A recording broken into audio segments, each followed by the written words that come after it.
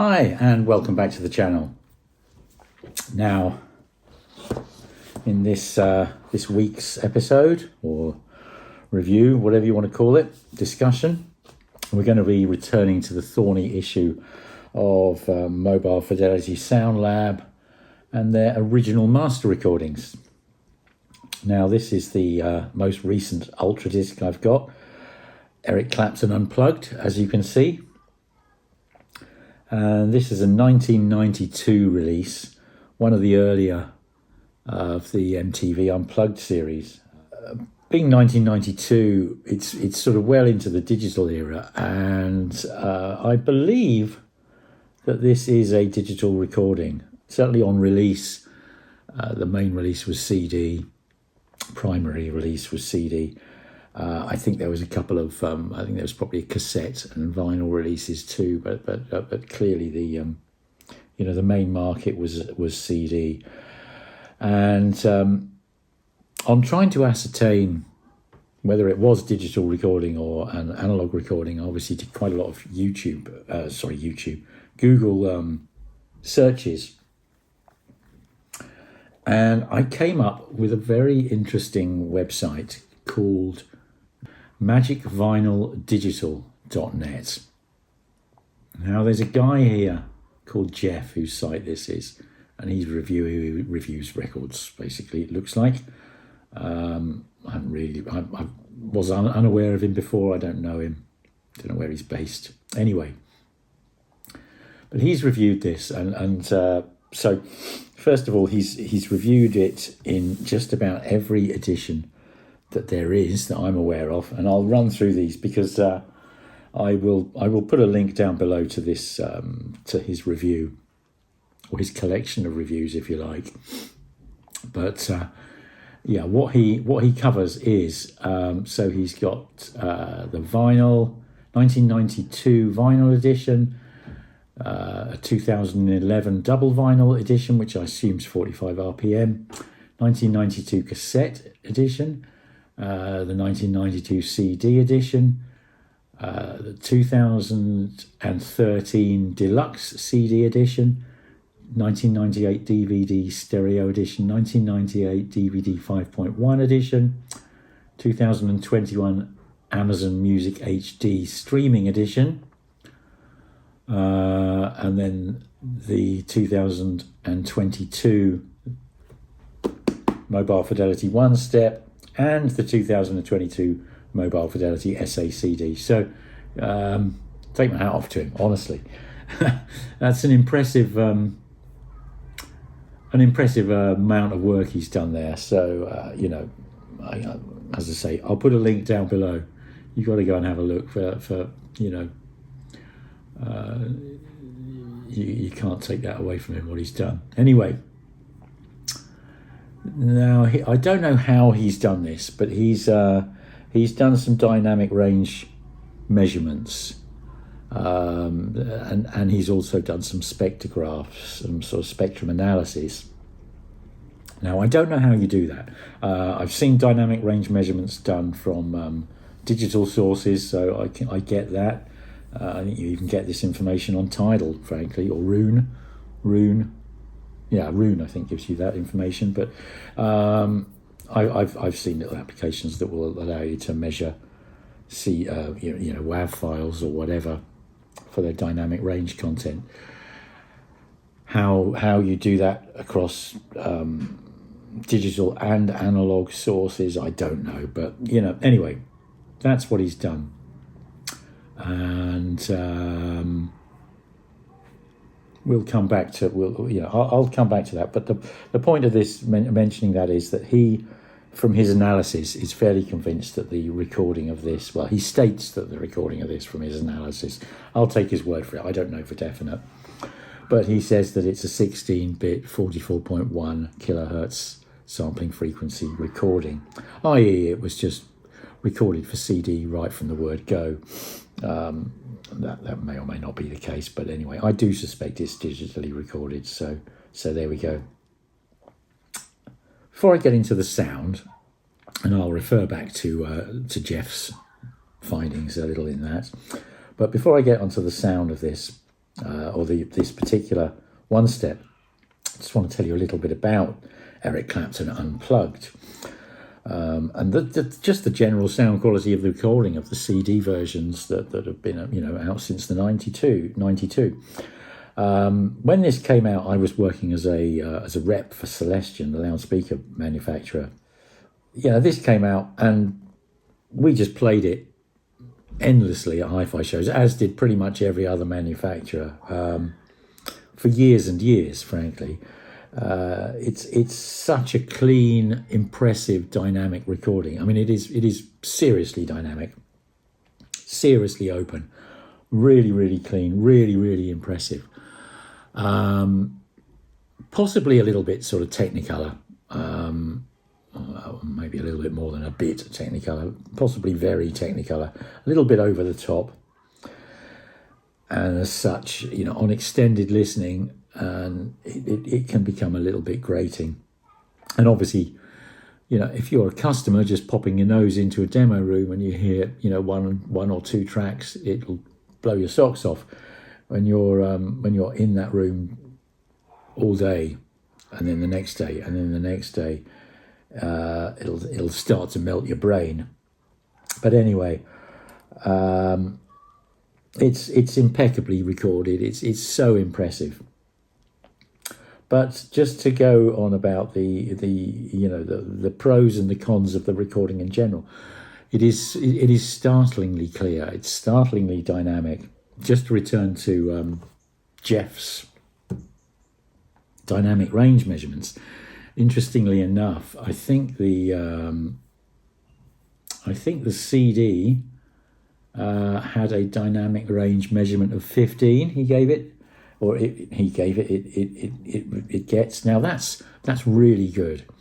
Dynamic range measurements are on a scale of 1 to 20, and anything above about 12 is reckoned on being very good. So 15 is exceptional. Interestingly enough, the mobile Fidelity SACD was 16. And this was 17.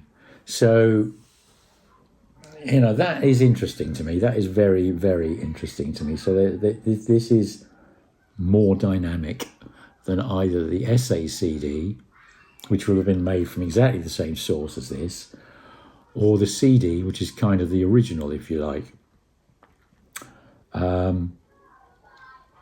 So, whatever that says, it says you should at least give this a listen. Give it, consider it, I would say. Anyway, get back to the original recording. It's incredibly recorded. You've got Eric Clapton is just to the right of centre. Andy Fairweather low on the second acoustic guitar is quite firmly in the left channel. And you've got sort of a separate drummer and percussionist who are slightly back in the mix. You can hear them in space behind. The bass is a bit diffuse. Maybe the bassist is slightly to the right of the rear of the soundstage, but it is quite diffuse. And you've got backing vocals and keyboards, and that's about it. And as I say, it's impeccable. It's supremely dynamic. On CD, it can become a bit wearing. Like I say, the vocal quality can be a little bit kind of sort of just a bit sort of pinched. The guitar picking is just it's so tight. It's kind of clipped almost, and feels almost like a sort of a forensic sort of a machine gunning of dynamics rather than something sort of pleasingly musically flowing. That's been kind of quite hypercritical. If you bought the CD, well, I mean, I've had the CD for donkey's years, since the early 90s. You will really enjoy it, even if it's just for a few listens, while you're just blown away by the spectacular, Technicolor incredible dynamics of the recording. You know, you may or may not get a bit tired after that. Now, alongside the sort of the really kind of sharp and tight sort of upper mid and top high end of this, it's interesting because the bass is it's not easy to hear the bass guitar, but there's this sort of deep thrumming of the bass drum, but also it's that kind of sound. It's like, it sounds like when, you know, foot stamping on the stage, like that kind of deep resonant sort of thrumming of bass, and yeah, I think predominantly it's a foot tapping and the bass drum, and of course it's in time with the music, but it is incredibly loud, if you like. There's this real massive bass thwack on each beat, and that kind of underpins the music and absolutely propels it along. So it really kind of keeps the musical flow going, so to speak. And again, if you're, you know, if you've got a modest or a small bookshelf pair of speakers, it will impress you. You know, it'll make your jaw drop because it's just so kind of, wow, listen to that bass. But of course, you know, time moves on. I've got a lot bigger system than I had back in the 90s, and now you listen to it and it's a little bit overpowering, and it certainly doesn't sound that natural. So yeah, that pretty much describes how it sounds in most versions. Certainly the CD that I've been familiar with and owned since the early 90s, well, probably since it came out in 92, frankly. Now, as we've covered before, these are limited editions. This one is number 8,912. It's an edition of 10,000. And they're in these beautifully produced, it's almost slightly rubberized box. This is inset, it's embossed, the picture, and the gold leaf kind of original master recording text here is all embossed. If I show you what's inside this rather splendid box, piece of foam to protect everything. Excuse me. Now this explains their one-step process, which is what differentiates these. These are really quite expensive boxed mobile Fidelities from their regular ones. First of all, they're all all MOFIs I think are printed on super vinyl, which is very high quality, very pure vinyl. But these one-steps but the difference from a normal one. This is a normal record, how it works. So you get your source material being fed into the lathe from tape, a digital file, whatever it's being fed from. But the source material gets fed into the lathe, and the lathe cuts the lacquer. So the lacquer is, you know, you can play a lacquer. It's effectively like a record. And then from the lacquer, you mould a father. And so the father is a mould, and that's negative. And then from the father, you mould a mother. So the mother, again, like the lacquer, is the same as the end result. You could play it. From the mother, you then mould the stamper, which is negative again, same as the father. And then from the stamper, you press the vinyl. So that's the normal process. The one-step process, you take the same source, be it tape, a digital file, whatever, feed that into the lathe and cut the lacquer. So this is the same.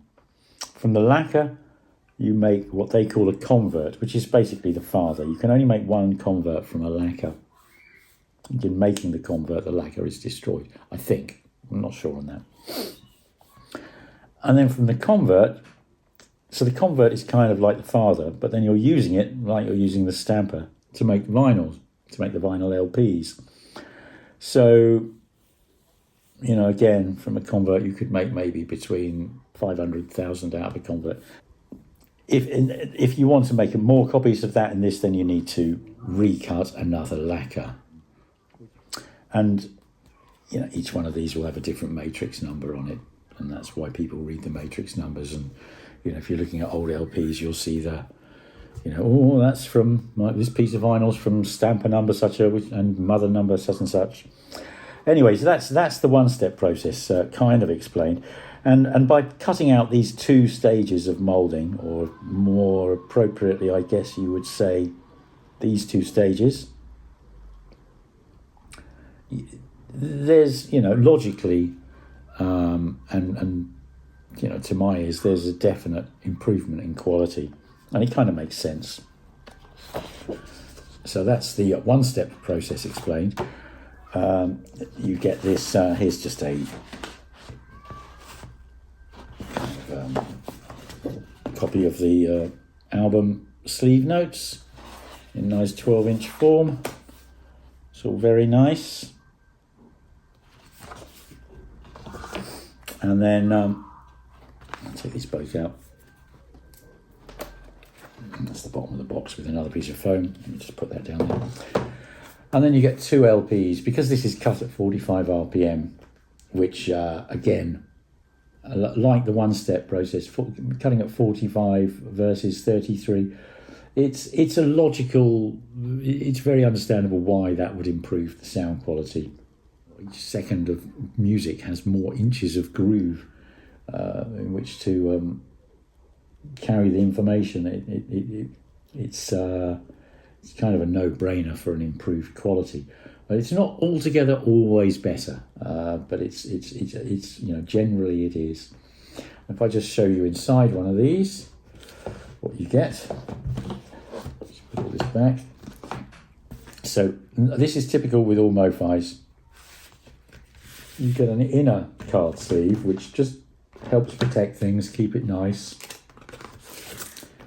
And then these beautiful inner sleeves, original master sleeves, which you can buy separately, incidentally, and I have got quite a few of my records. They are really nice.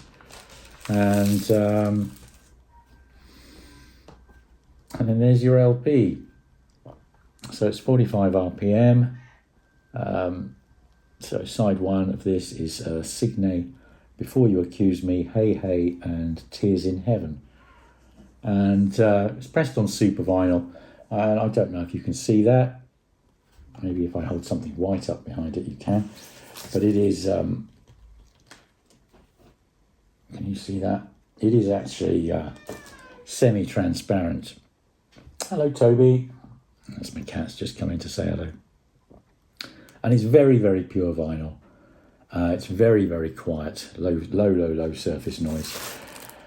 And yeah, they sound really, really, really good. I mean, they really, really do sound really good. They're pressed at RTI. The only negative I would have to say about this is I have had one or two of these that aren't perfectly flat. So whilst, you know, everything else is kind of bang on the money, RTI still managed to get, you know, to I don't know what, I think maybe it's they're trying to press them too quickly, I don't know, but it's not perfect when they're not flat, and that is something I've come across on a couple of occasions with these. That plain shouldn't happen at this sort of money. Anyway, that's what you physically get. Now sonically, what do you get? I mean, right from the word go, and even before the first track starts, there's this kind of you know, just a couple of taps on the drum, just as the musicians are just sort of tuning up. And on the CD, you can tell it's, you know, it's obviously a drum. It's pretty obviously a snare drum. But on the vinyl, it's you know, this is just a tuning up sort of sound in the background, but you can hear the springs very clearly, vividly. When the music starts, that sort of almost forensic sort of machine gun kind of plucking. It is definitely more natural sounding. And then the same thing with Eric's voice. It is definitely more natural sounding. It's just sort of slightly less pinched. It's kind of, it's almost like the microphone on the CD is over analyzing. It just doesn't sound natural. It sounds super impressive, but it doesn't sound that natural.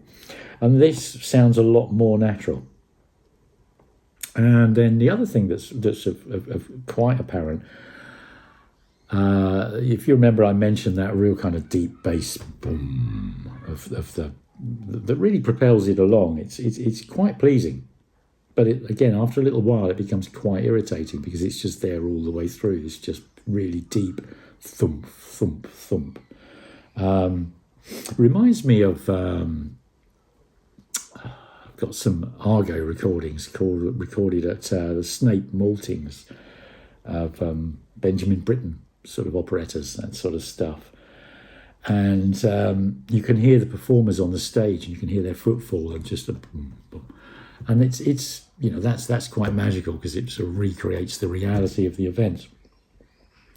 Whereas in this, it sounds a little bit artificial, but it's that kind of thrumming stage now, sort of noise. Now, a typical kind of MOFI trait, if there was a trait, I would say, is that there's more bass than normal. They kind of just get more bass, whether they're EQing it to get more bass in the cutting stage, which is quite likely, or they're using some other magic powers to get more bass out. I don't know, but I just, you know, it's more than likely just they're just EQing the cut slightly to improve that aspect. But in this case, that big thrum it's you can still hear it, but it's not overpowering. It's brought into control. And in so doing, the bass guitar, and of course it's an acoustic bass guitar on this, so it's not overly sort of twangy and in your face, but it is more distinct on the vinyl than the CD, and that's really quite pleasing. And the acoustic guitars and the vocal are definitely kind of just they're just more natural sounding, a more natural timbre, less Technicolor. Actually, one more thing I just want to mention is the concerning the image, actually, the sound staging on this, which is just it's phenomenal, and that's the positioning of Eric Clapton and his guitar. And as I think I mentioned earlier, you've got Andy Fairweather low, sort of pretty much hard left in the left channel speaker. There's still stuff going on left of the left speaker, but he's pretty much in the left speaker, if you like, laterally. And Eric is, I would say, just to the right of centre. But what you've got here is his voice is sort of coming from this sort of height. And the guitar is directly below it, maybe 18 inches below it, at sort of lap level, waist level. And it's stunning that there is that separation of you know, just 12, 14, 15 inches in height between the two sources, the two elements, his voice and his guitar, but they're perfectly in line that way, and that's quite startling, and it's uncanny, and it really is. You know, again, it's an impressive thing, and when you're playing this, you haven't got that superficially impressive big deep bass thrum. You haven't got that superficially impressive sort of overly clipped dynamic attack of the guitar, and the sort of pinched vocal.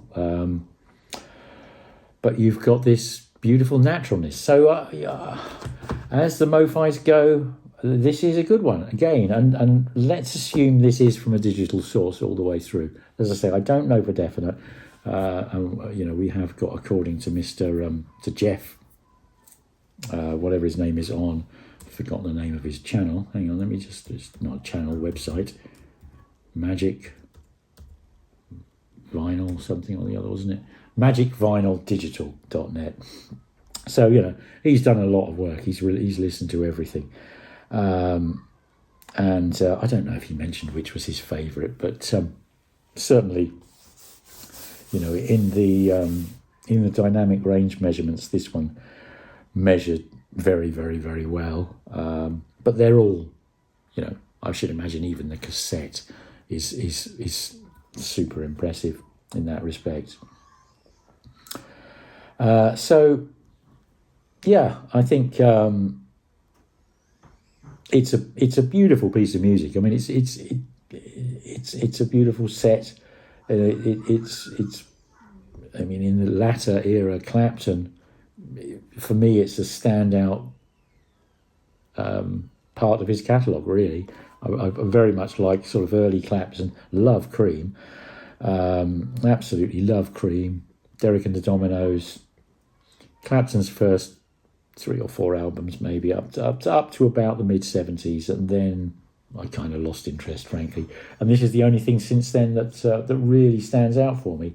And it's always been an impressive demo disc, if you like, but this makes it listenable. I find when I was doing this, listening for this video, going through the CD, you put it on the first track and it's, oh God, yeah, this is so impressive, isn't it? And the second track, third track, fourth track, I think I got as far as Layla, which is, it doesn't list things on the back of this. I think Layla's about sort of halfway through the set. I think it's end of side 2, maybe on this four side version. And on the CD, frankly, that was as far as I got. I got enough. I've heard it so many times over the years, and it just became a bit tedious. Put it on this, and just, the first track, you kind of think, oh, it's not sort of got that Technicolor pyrotechnic fireworks about it. Second track, it's a lot more, it's a lot more kind of natural sounding. The timbre of the instrument, timbre of the guitars, timbre of the voices, timbre of the percussion in the background.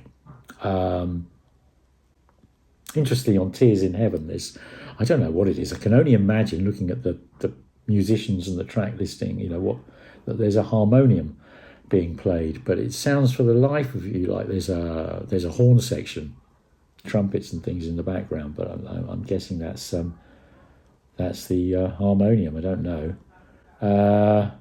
but it's a beautiful sounding. It's a really, really, really beautiful sounding record. Now, if you want to be just, if you want to have your socks blown off and funds are tight, buy the CD. It costs you £10 or so, and it'll endlessly entertain you.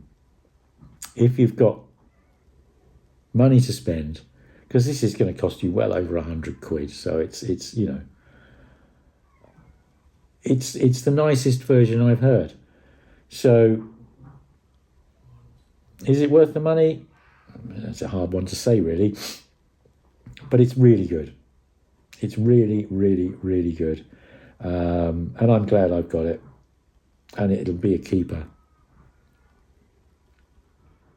So, on that note, I think I will say goodbye for now, and thank you very much for watching. If you've got this far, thank you very, very, very much to all my subscribers. I'm actually just a gnat's whisker shy of 1,000 subscribers, which is kind of quite mind-blowing. I'd be very interested in the comments, if you could leave a comment below, if you've got a version of this, Eric Clapton's Unplugged, which version you've got and what you think of it. And particularly if you've got more than one version or heard more than one version, which of those 2, 3, 4, or the whole blooming lot, if Jeff's out there watching this, which one you actually preferred. I'll try and reply to most comments, and but I certainly read them all, and I welcome your opinion. Anyway, thank you for watching, and take care, and I'll see you soon. Cheers then. Bye-bye.